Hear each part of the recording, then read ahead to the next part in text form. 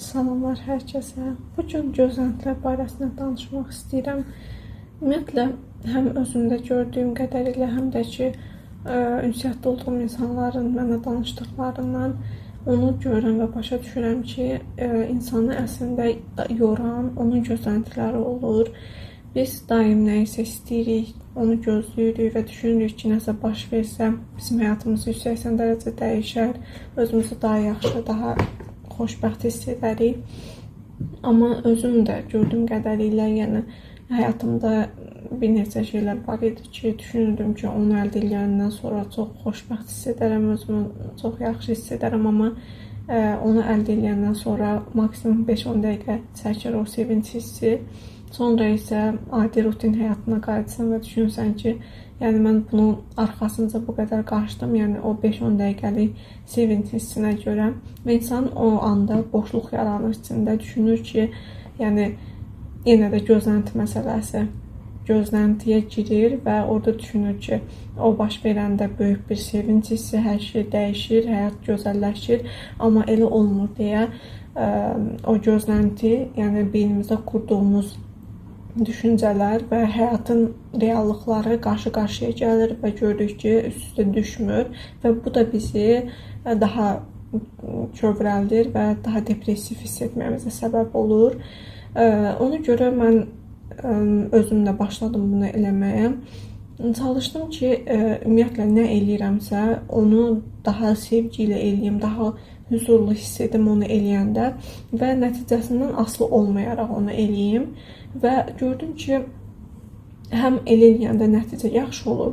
Olmasa belə mən rahat oluram ki, ən azından o yolda mən özümü daha rahat, daha xoşbəxt hiss eləyirdim. Yəni, həyatda məqsəd nə isə tam əldə etməkdir. Təbii ki, də özümüzə məqsədlər qoymalıyıq, onun arxasında getməliyik. Amma ki, əsas məsələ onu böyük bir, necə deyim, həyatımızın böyük bir hissəsinə çevirməməyimizdir. Yəni, beynimizin bir tərəfində düşünməliyik ki, bu ola da bilər, olmaya da bilər və bunu anlayaraq, bunu dərk eləyərək yolumuza daha sərbəst, daha relaks şəkildə davam etməyə bacarmaqdır.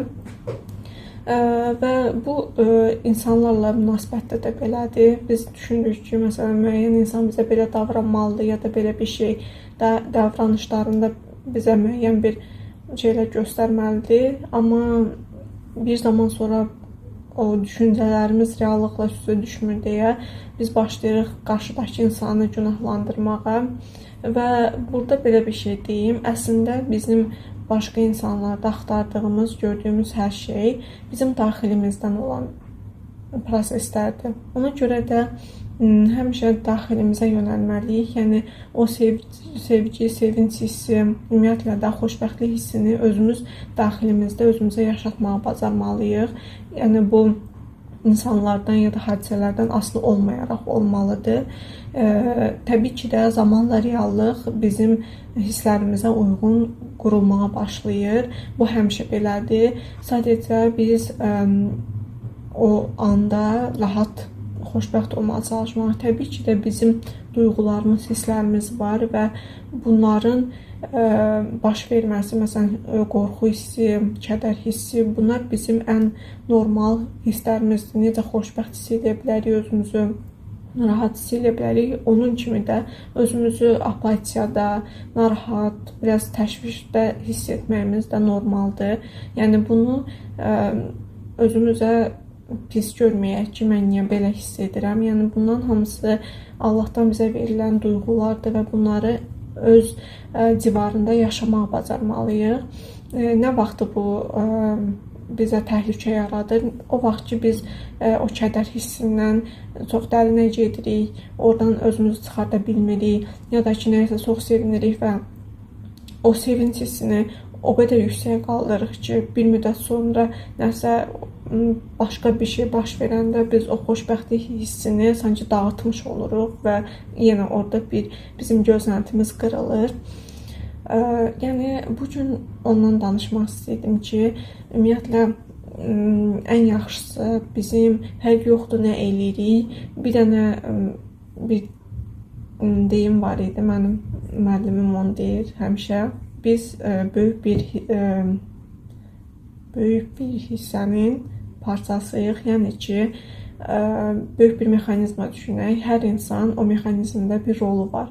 Əgər o rolu işlətməsə, eləməsə, o qırağında onun kömək edə biləcəyi, xeyirləyə biləcəyi insanlar